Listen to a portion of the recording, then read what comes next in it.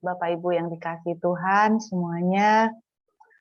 Pagi ini saya mau ngajak kita melanjutkan belajarnya kita dari kitab Hakim-Hakim. Kita akan melihat Hakim-Hakim pasal yang keempat. Kita lihat terlebih dahulu Hakim-Hakim pasal 4 ayat yang keempat. Oke, kita lihat Hakim-Hakim pasal yang keempat, ayat yang keempat, sampai dengan ayat yang ke-7. Saya akan membacakan buat saudara. Pada waktu itu, Deborah, seorang nabia, istri Lapidot, memerintah sebagai hakim atas orang Israel. Ia biasa duduk di bawah pohon korma. Deborah antara Rama dan Betel di pegunungan Efraim, dan orang Israel menghadap dia untuk berhakim kepadanya. Ia menyuruh memanggil Barak bin Abinoam dari Kedesh di daerah Naftali. Lalu berkata kepadanya, bukankah Tuhan Allah Israel memerintahkan demikian, majulah, bergeraklah menuju Gunung Tabor dengan membawa 10.000 orang Bani Naftali dan Bani Sebulon bersama-sama dengan engkau. Dan aku akan menggerakkan Sisera, panglima tentara Yabin, dengan kereta-keretanya dan pasukan-pasukannya menuju engkau ke sungai Kison, dan aku akan menyerahkan dia ke dalam tanganmu. Amin. Saudara, judul renungan saya pagi ini adalah maju perang atau tidak. Ceritakan dulu sedikit background ya dari cerita ini. Kita tahu bahwa ketika Yosua mau mati, Tuhan sempat bicara, kamu sudah tua, tapi banyak tanah Kanaan yang belum kamu dudukin. Kemudian masih ada sisa-sisa orang Kanaan yang belum dimenangkan. Dan salah satunya adalah di bawah kepemimpinan Sisera, seperti yang kita lihat ini. Mereka menindas orang Israel setelah zaman Hakim Ehud. Jadi setelah zaman Hakim Ehud, orang Israel mengalami keamanan selama 80 tahun, lalu kemudian mereka mulai ditindas lagi setelah Ehud mati, mereka ditindas selama 20 tahun, kemudian Tuhan berbicara melalui Deborah, seorang nabia. Saudara, saya ingin mengajak kita memikirkan pagi ini tentang meresponi suara Tuhan. Banyak pertanyaan yang pasti, antara lain salah satu yang pertanyaan yang sering muncul tuh gini, suara Tuhan ini benar nggak ya? Ya kalau benar, kalau salah gimana? Sama seperti ketika pertama kali saya mendengar suara Tuhan untuk saya membawa anak-anak ke Australia untuk sekolah, ada konflik batin antara benar nggak ya? Ya kalau benar, kalau salah ya apa? Nanti resikonya seperti apa? Dan sebagainya. Nah, pertanyaan ini yang saya mau ajak kita merenungkan pagi hari ini.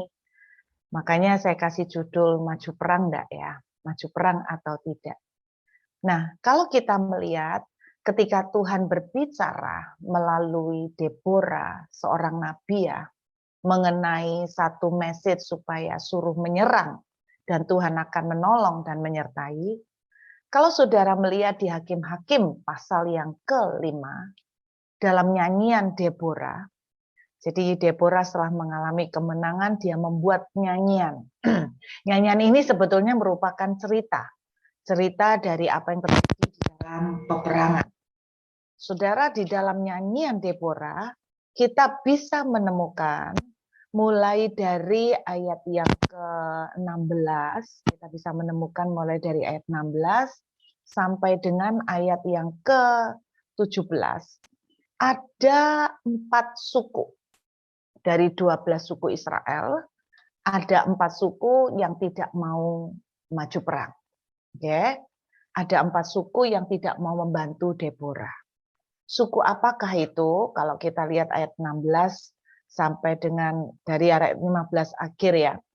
Itu kita akan temukan suku itu adalah 1 Ruben, kedua Gilead, ketiga suku dan yang keempat adalah suku Asyer. Bagi saya, keempat suku yang tidak mau maju perang ini adalah sebetulnya tanpa disadari gambaran kita semua di dalam meresponi suara Tuhan. Apapun suara Tuhan yang saudara dapatkan. Beberapa hari yang lalu ada seseorang mengirimkan message, dia tanya gini, dia berusaha untuk mengupayakan dengan apa yang dia bisa untuk bisa mempunyai keturunan. Dan dia berkata sudah beberapa kali gagal. Lalu dia bilang, saya nyoba lagi enggak ya Bu? Nah, pertanyaan-pertanyaan seperti ini yang mungkin menjadi satu struggle, satu konflik buat kita. Nah, mudah-mudahan dari gambaran 4 suku ini bisa menjelaskan tentang banyak hal tentang gambaran yang kita lakukan ketika kita meresponi suara Tuhan.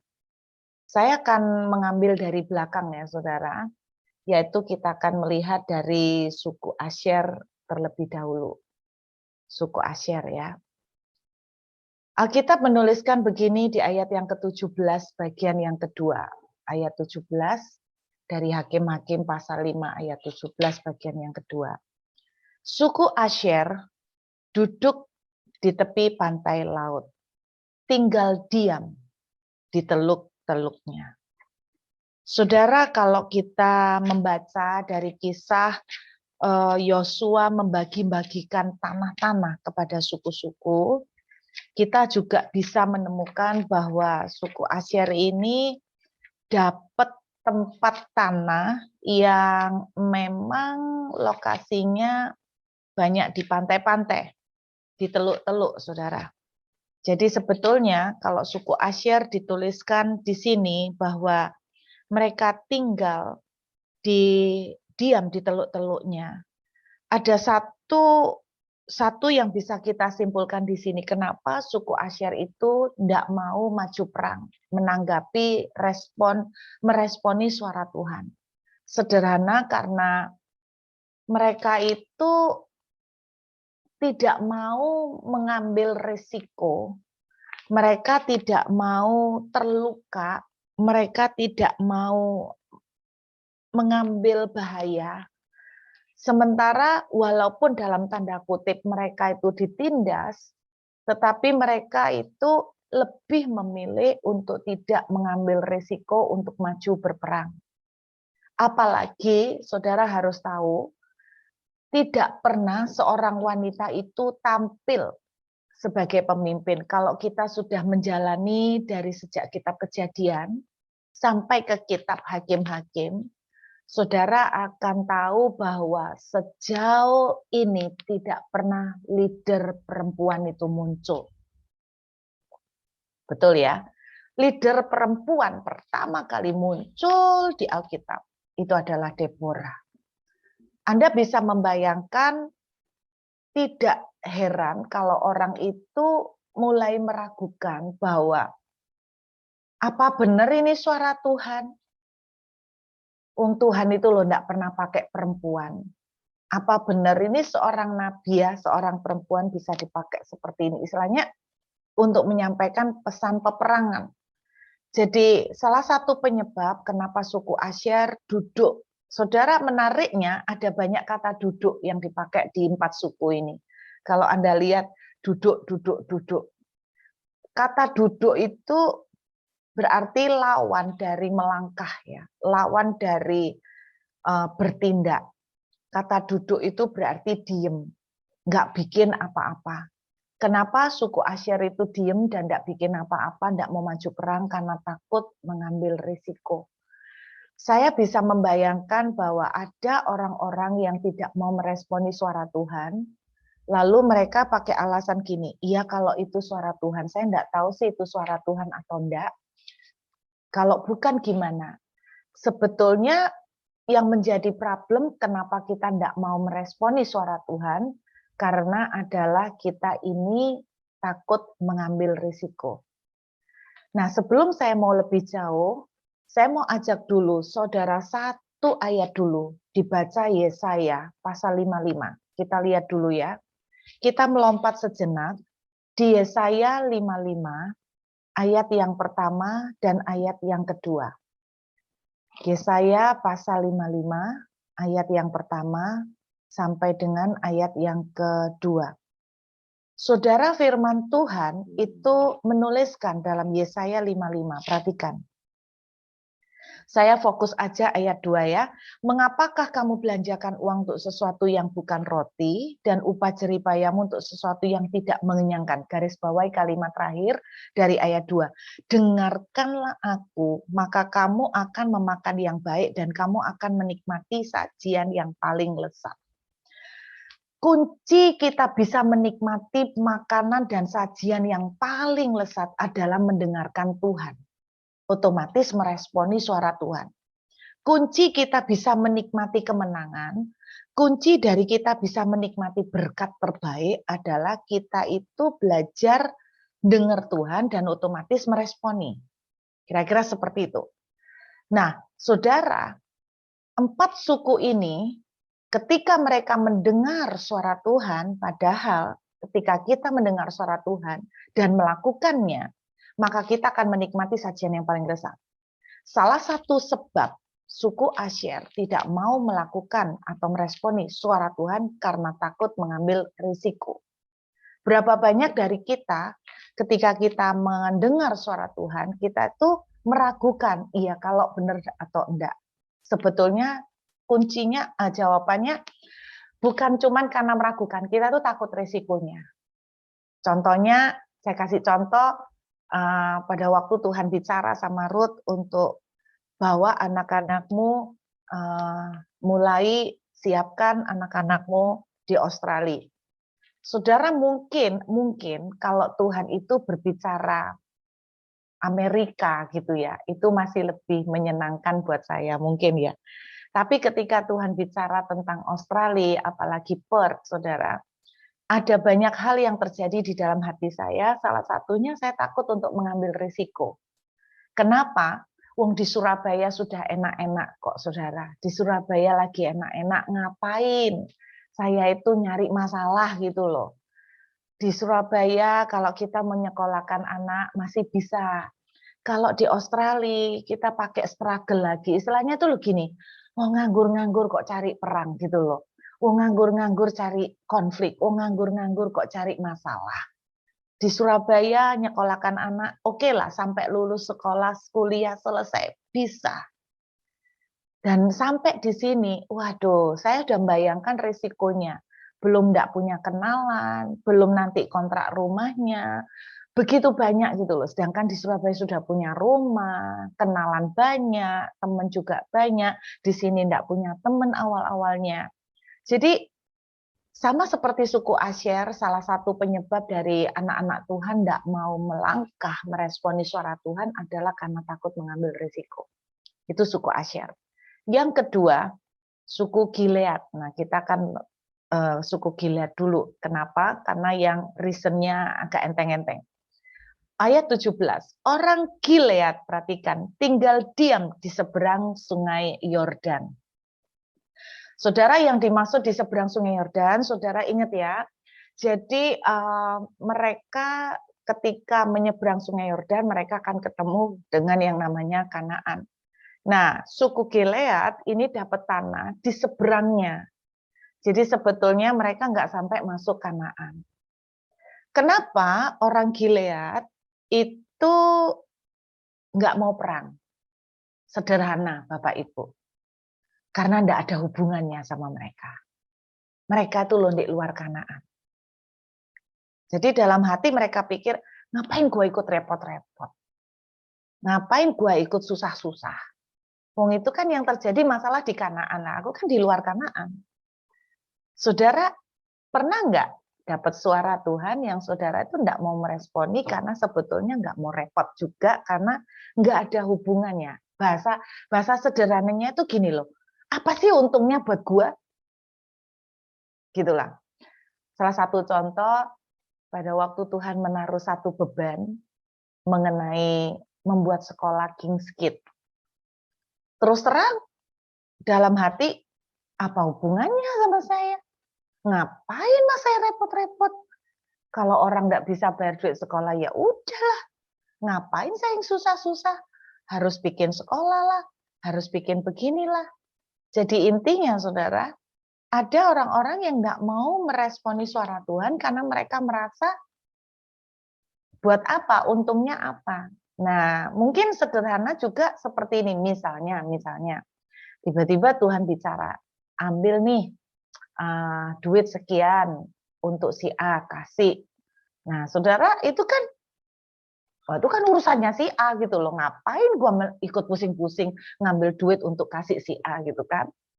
Saya pernah juga ketika satu kali Tuhan itu bicara begini, kasih duit untuk orang ini, dia lagi butuh untuk beli handphone buat anaknya. Dalam hati, ya urusannya dia lah mau beli handphone, nggak beli handphone. Saya bilang, apa urusannya sama saya? Gitu loh, saya untungnya apa? Nah, itu yang terjadi pada Gilead. Jadi ada orang-orang yang tidak meresponi firman Tuhan, respon suara Tuhan, karena merasa suara itu sebetulnya nggak ada untungnya apa-apa buat dia, malah cari tugas baru, cari PR tambahan, nggak ada hubungannya sama dia. Itu Gilead. Yang ketiga, suku Dan. Nah, saudara perhatikan, suku Dan ayat 17. Mengapa mereka tinggal dekat kapal-kapal? Saudara, saya kemarin ini ketika khotbah, saya menambahkan di khotbah saya tentang Jopa. Saudara, kalau ingat saya pernah sharing tentang Jopa, atau Yope, atau Yavo, atau Java, saya pernah cerita sama saudara dalam Yosua 19, bahwa Jopa atau Yavo atau Yope atau Java itu adalah tanah warisan dari Yosua dikasihkan ke suku Dan.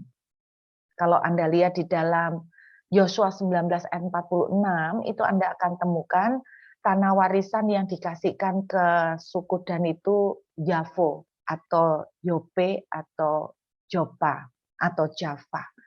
Saya pernah cerita bahwa itu merupakan kota pelabuhan, banyak kapal-kapal. Nah, Anda perhatikan, dituliskan suku Dan, mereka tinggal dekat kapal-kapal. Dengarkan, sangat mengagetkan bahwa ternyata orang-orang Dan sampai akhir hidup mereka, mereka tidak pernah punya warisan tanah. Loh kok bisa, Bu? Di Yosua 19 kan sudah dibagiin sama Yosua. Ternyata mereka tidak pernah punya warisan tanah. Ada satu suku yang tidak punya warisan tanah, saudara tahu namanya suku Lewi. Betul ya? Mereka tidak punya warisan tanah karena memang Tuhanlah yang menjadi warisan mereka. Mereka memang tidak dikasih tanah. Beda dengan suku Dan. Suku Dan itu dikasih warisan tanah sama Yosua. Tetapi kenapa suku Dan tidak pernah betul-betul memperoleh warisan itu? Sederhana. Ternyata suku Dan ini dikenal sebagai sea people, orang-orang laut. Jadi suku Dan ini sebetulnya suka banget dengan kelautan. Ambisi atau mimpi atau cita-cita mereka, passion mereka adalah di dunia kelautan. Makanya mereka dijuluki sebagai sea people, orang-orang laut. Tetapi lucunya mereka tinggal dekat kapal-kapal, tapi mereka tidak pernah punya kapal. Mereka tinggal dekat kapal-kapal, tapi itu bukan tanahnya mereka, tanahnya orang. Mereka tidak pernah punya tanah. Padahal dikasih sama Yosua Yavo. Yavo itu daerah pelabuhan. Tapi mereka tidak pernah mendapatkan Yavo itu di tangan mereka. Anda tahu kenapa? Ternyata suku Dan itu dikenal sebagai suku yang paling enggan berperang. Suku Dan adalah suku yang paling enggan untuk berperang. Jadi kenapa mereka itu tidak mau maju berperang, bersama dengan Deborah. Karena mereka enggan berperang. Ini tipe orang yang berandai-andai. Kapan ya Tuhan kasih saya rumah? Tuhan sudah janji loh kasih saya rumah. Kapan ya Tuhan sudah janji mau kasih saya jodoh, tapi nggak dapat-dapat. Kenapa? Karena mereka nggak pernah melangkah. Mereka males berperang, mereka males berusaha. Mereka cuman tinggal dekat kapal sambil berangan-angan, berfantasi. Duh, nanti kalau aku udah punya kapal enak ya, aku bikin begini-begini. Tapi mereka nggak pernah punya. Itu yang terjadi pada suku Dan. Jadi mereka tidak mendapatkan warisan karena mereka enggan untuk melangkah. Jadi saudara, ini yang ketiga. Ada orang-orang yang meresponi suara Tuhan dengan cara tidak bikin apa-apa. Saya kan pernah bilang, saudara, suara Tuhan itu misalnya tentang jodoh, ya melangkahlah. Melangkah gimana? Jangan mengumpet di kamar.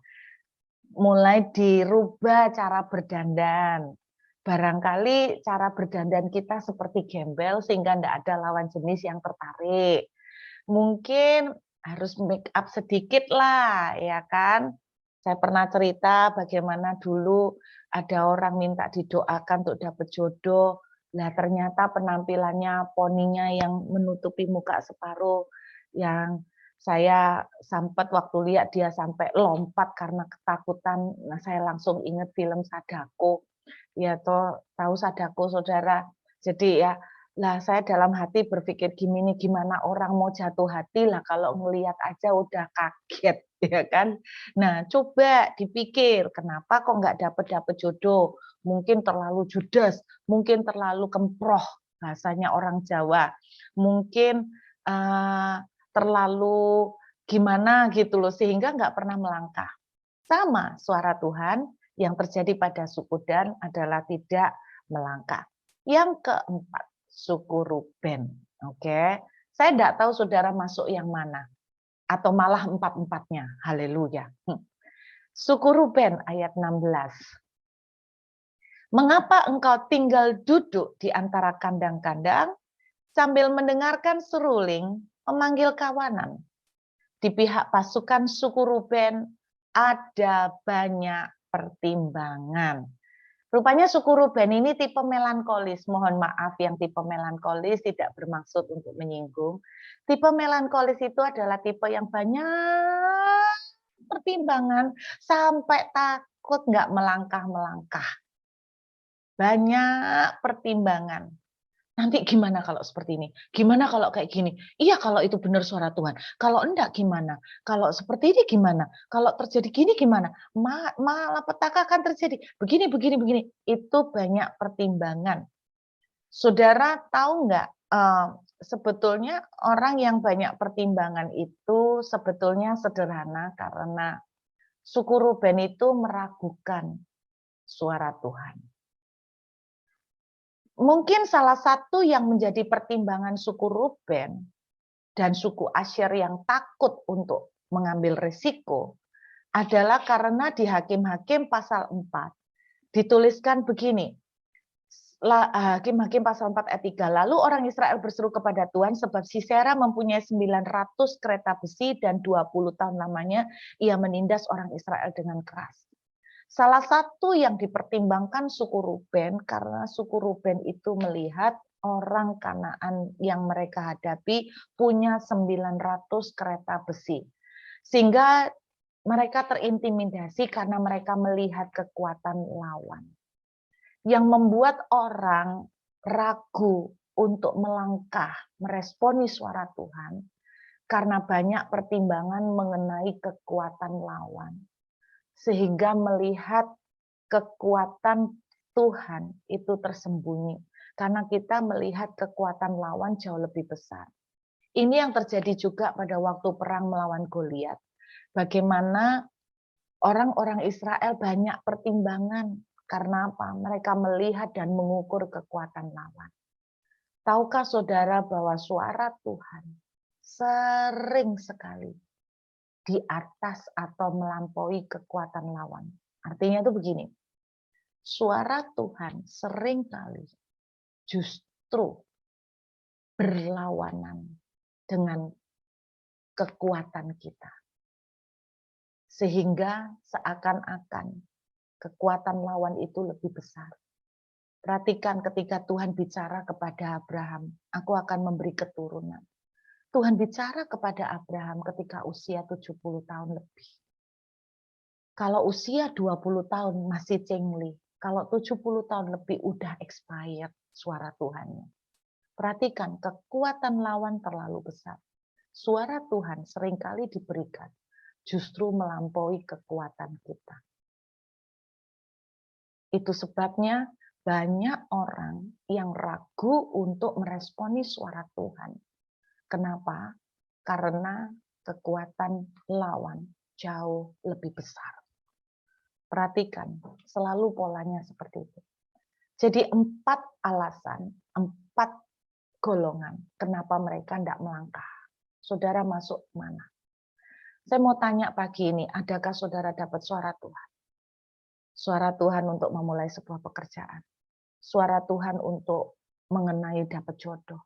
Suara Tuhan mengenai akan memiliki sebuah rumah. Suara Tuhan mengenai pemulihan keluarga, pemulihan keuangan, apapun itu. Perhatikan, 4 orang dalam 4 kategori ini yang tidak meresponi. 1 adalah karena takut mengambil risiko. Saya bisa punya ribuan alasan untuk takut mengambil risiko untuk berangkat ke Australia.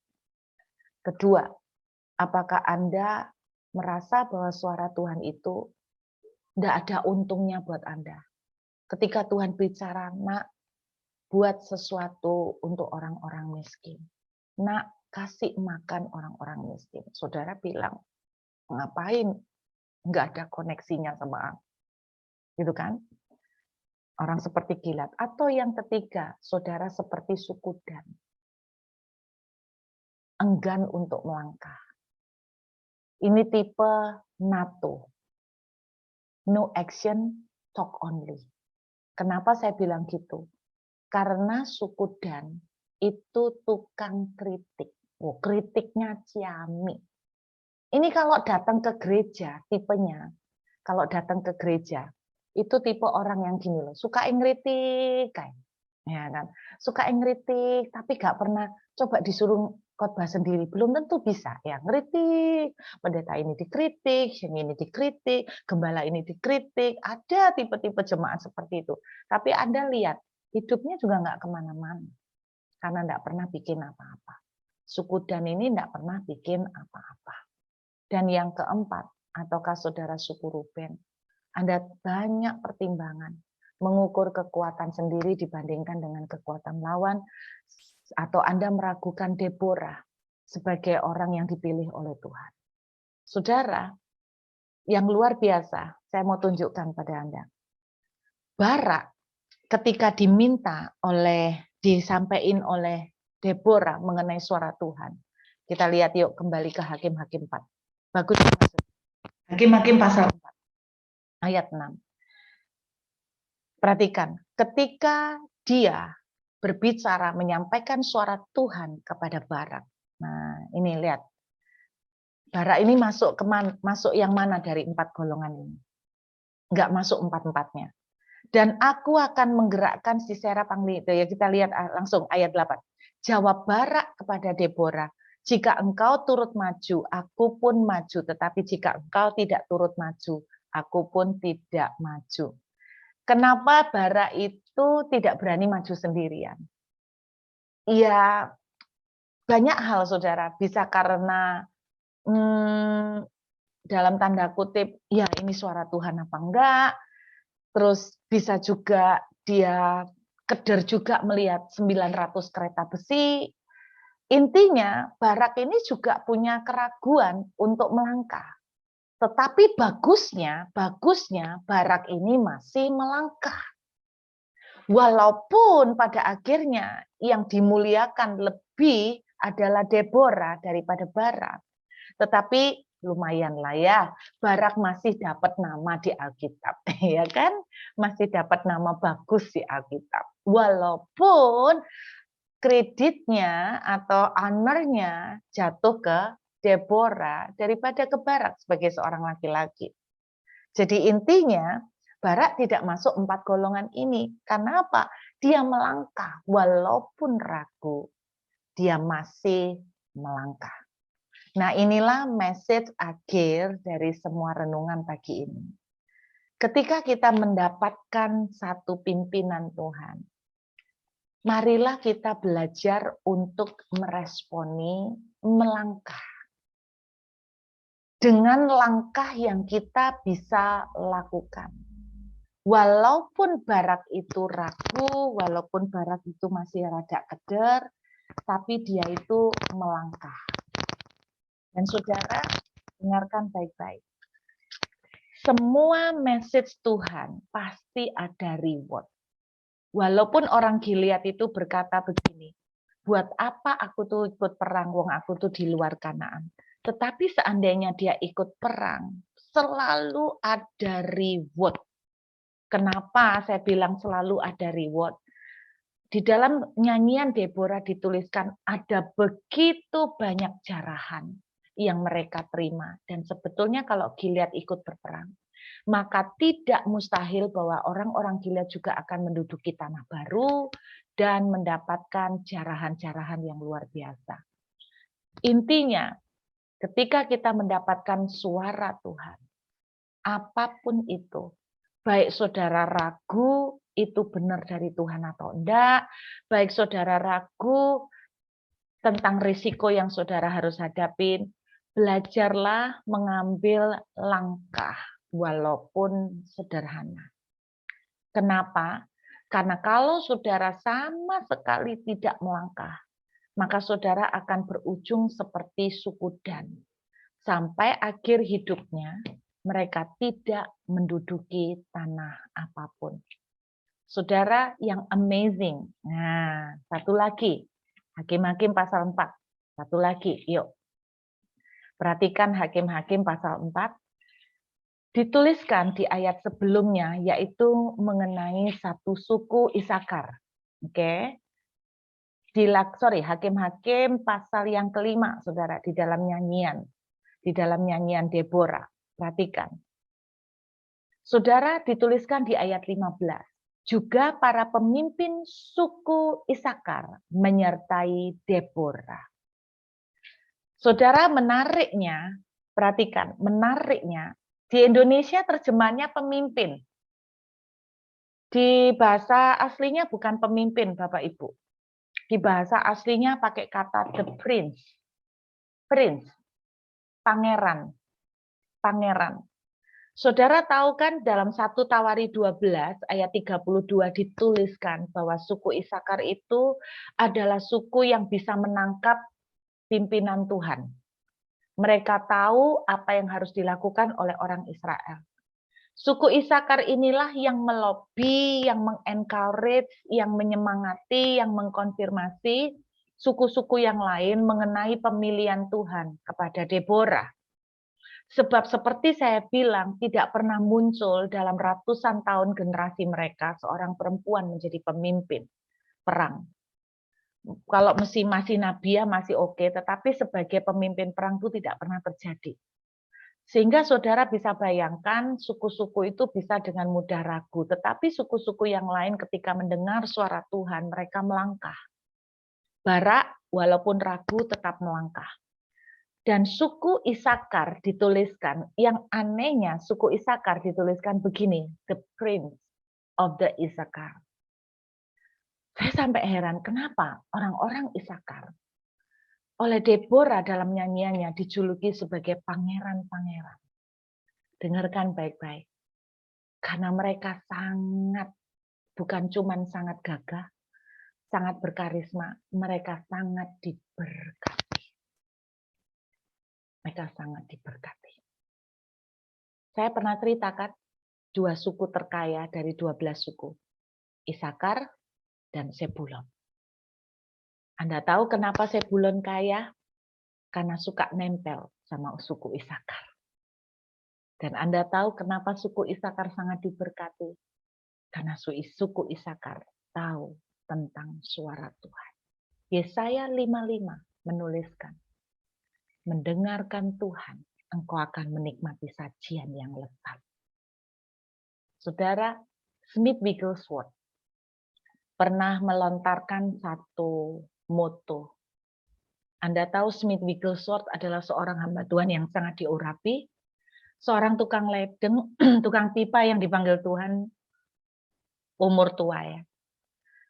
Dia kalau doakan orang sakit selalu pakai cara ekstrim, penyakitnya ditonjok.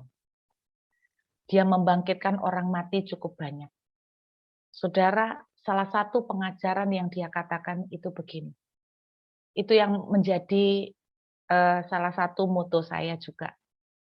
Tuhan berbicara. Saya mempercayainya. Selesai sudah persoalannya. Saya ulangin. Tuhan berbicara. Saya mempercayainya. Selesai sudah persoalan. Biarlah ini juga menjadi pegangan kita. Tuhan bicara, saya mempercayai, problem solve. Kalau Tuhan bicara, kamu sembuh. Saya mempercayai. Tugas Tuhan berbicara. Tugas saya mempercayai. Selesai sudah persoalan. Amin. Sekali lagi, kalaupun kita itu ragu suara Tuhan atau enggak, ambillah tetap melangkah dengan cara yang sederhana. Oke, melangkahlah yang bisa kita lakukan. Jangan memaksa kekuatan. Kalau Tuhan bicara, aku akan memberikan rumah kepadamu. Melangkahlah. Melangkah apa, Bu? Oh, enggak punya duit. Cari. Cari dulu. Cari kan enggak butuh duit. Betul? Setelah cari, mana yang suka, mulai tanya-tanya. Tanya toh, Bu. Ya enggak apa-apa, tanya dulu. Tanya-tanya, kemudian dihitung-hitung. Itu langkahnya, dibawa dengan doa. Itu yang saya lakukan dulu, saudara. Beli rumah, tanya dulu. Saudara tahu saya berapa lama tanyanya? 3 tahun. Kenapa 3 tahun, Bu? Ya karena cuman itu yang bisa saya lakukan, wong duitnya enggak ada. Tanyanya bisa ke berbagai broker. Dan selama 3 tahun itulah tiba-tiba Tuhan menambahkan pimpinan. Tuhan itu kalau mimpin tuh per step. Tiba-tiba dapat mimpi, dilihatin nomornya, nomor 22. Tiba-tiba dapat mimpi lagi di hari yang lain, dilihatin nama jalannya. Jalan Bukit titik-titik. Sehingga saya telepon sama broker, saya bilang gini, tolong carikan saya rumah, saya lagi mau beli rumah. Mereka tanya pasti yang pertama budgetnya berapa. Saya jawab, jangan tanya budget. Waduh. Kayak punya duit-duit itu harus ngakalin ya. Jangan tanya budget sama saya, oke? Yang penting cocok. Terus cocok apanya? Ya cocok duitnya juga dalam hati. Jadi ketika saya ditanya sama broker, cari rumah kayak apa, Bu? Saya bilang, carikan saya rumah yang ada di Jalan Bukit. Hah? Jalan Bukit. Maksudnya jalan bukit gimana? Pokoknya nama jalannya itu ada bukitnya. Bukit titik-titik. Kalau di Surabaya mau bukit wisata Bukit Mas kayak mau bukit apa? Bukit Barisan kayak whatever, pokoknya ada kata bukitnya. Anda dengar dari sekian puluh broker selama 3 tahun lari semua karena dianggap orang nggak niat. Dan dari 3 tahun satu broker yang balik. Dan dia bilang begini, Ibu Ruth, ada satu rumah yang sepertinya sesuai dengan mimpi dari Bu Ruth. Nah, dia kebetulan anak Tuhan yang ngeroh juga. Apa-apa? Jalan Bukit Telaga Golong. Waduh, nomor berapa? Nomor berapa? TD2, nomor 22. Wah, nomornya masuk. Keluar deh. Saudara, keluar nih loterinya. Terus next question apa? Next step apa Bu Ruth? Tanya harganya. Harganya berapa Bu? 800 juta kalau cash Bu.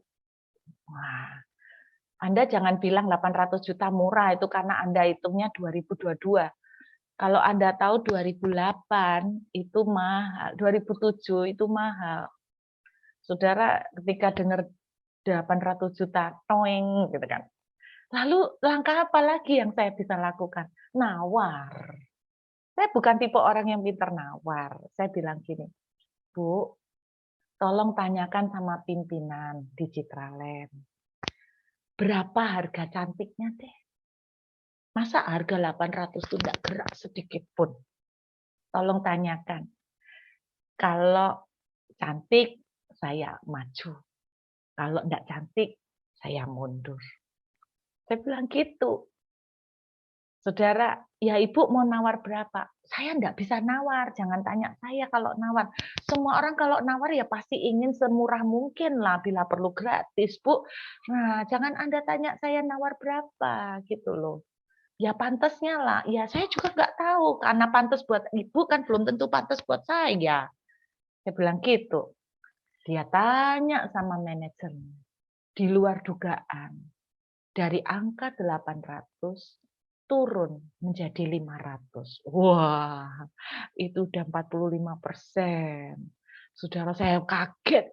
Tapi dari angka 500, saya belum punya dana.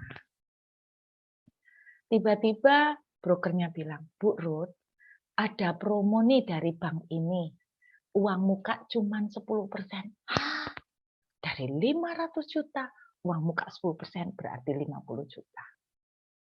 Jadi step by step, tiba-tiba Tuhan itu buka pintu step by step. Jadi gitu Bapak Ibu, dan nangkep ya. Tetapi janganlah menjadi seperti suku Dan. Melangkahlah. Ambil langkah yang bisa saudara lakukan tanpa ngoyo, dengan kekuatan sampai berdarah-berdarah nggak perlu. Walaupun kita masih meragukan. Karena Anda kalau ragu terus, iya kalau suara Tuhan. Kalau enggak, kalau iya, kalau enggak, kalau iya. Akhirnya Anda jadi kayak suku Asher. Karena takut mengambil risiko, atau suku Ruben yang banyak pertimbangan. Sementara akhirnya Anda nggak dapat-dapat. Tuhan itu kalau mimpin step by step. Nah, saudara dan saya maunya langsung seluruhnya blueprint sampai akhir. Nggak mau, cara Tuhan kerja sama kita beda. Tuhan maunya step by step. Jadi kalau step by step ya nggak bisa. Bisa nangkep ya? Saya berdoa apapun suara Tuhan, mari kita belajar untuk meresponi. Kenapa? Karena orang yang meresponi suara Tuhan akan menikmati sajian yang paling lezat. Akhir kata, kata firman Tuhan juga seperti suku Dan, jangan sampai kita enggan untuk melangkah. Smith Wigglesworth bilang, Tuhan berbicara, saya mempercayainya. Selesai sudah persoalannya. Amin. Saudara, banyak hal yang menarik dari kitab Hakim-Hakim. Nanti dalam doa pagi berikutnya, saya mau sharing tentang tiba-tiba saya mendapatkan satu tema, yaitu tentang tidak tahu terima kasih. Saya baru ngerti tentang mental tidak tahu berterima kasih. Itu Hakim-Hakim semuanya. Dan saya berdoa pagi ini, yuk kita melangkah. Saudara, mari kita siapkan hati untuk perjamuan kudus. Kita ambil roti dan anggur. Mari kita sama-sama taruh hati kita di hadapan Tuhan. Kita pegang roti di tangan kanan kita. Kami mengucap syukur Tuhan. Kami percaya inilah tubuh yang telah dipecah-pecah buat kami. Saat kami makan, kami sehat karena tubuh Yesus telah mengalahkan semua penyakit dan kelemahan fisik. Kami sehat, tidak ada kemandulan, tidak ada kekeringan. Dari ujung kepala sampai ke kaki, kami dalam kondisi yang prima. Kami dilepaskan dari segala kelemahan. Terima kasih Tuhan, dan kami makan dengan iman percaya. Dalam nama Yesus, mari kita terima dengan iman. Haleluya.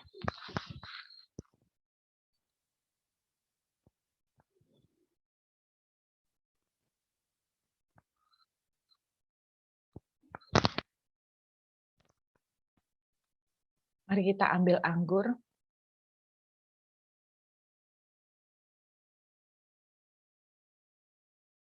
Kami percaya inilah darah-Mu yang tercurah bagi kami. Kami koinonia dengan Engkau. Segala kutuk telah disalibkan dalam nama Yesus. Kami dibebaskan dari kutuk. Kami hidup dalam pendamaian dengan Tuhan. Yang berarti kami hidup di dalam favor Tuhan. Hari ini pun kami akan mengalami kemurahan Tuhan demi kemurahan Tuhan akan mengelilingi dan terjadi dalam hidup kami. Sebab kami menjadi milik kepunyaan. Kami mengalami kemenangan, kami mengalami kepastian. Kami terima dengan iman percaya di dalam nama Yesus. Mari kita minum dengan iman. Haleluya.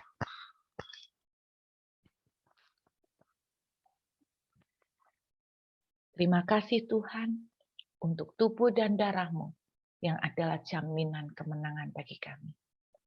Segala hormat dan kemuliaan bagi nama Yesus sampai selama-lamanya. Haleluya. Amin.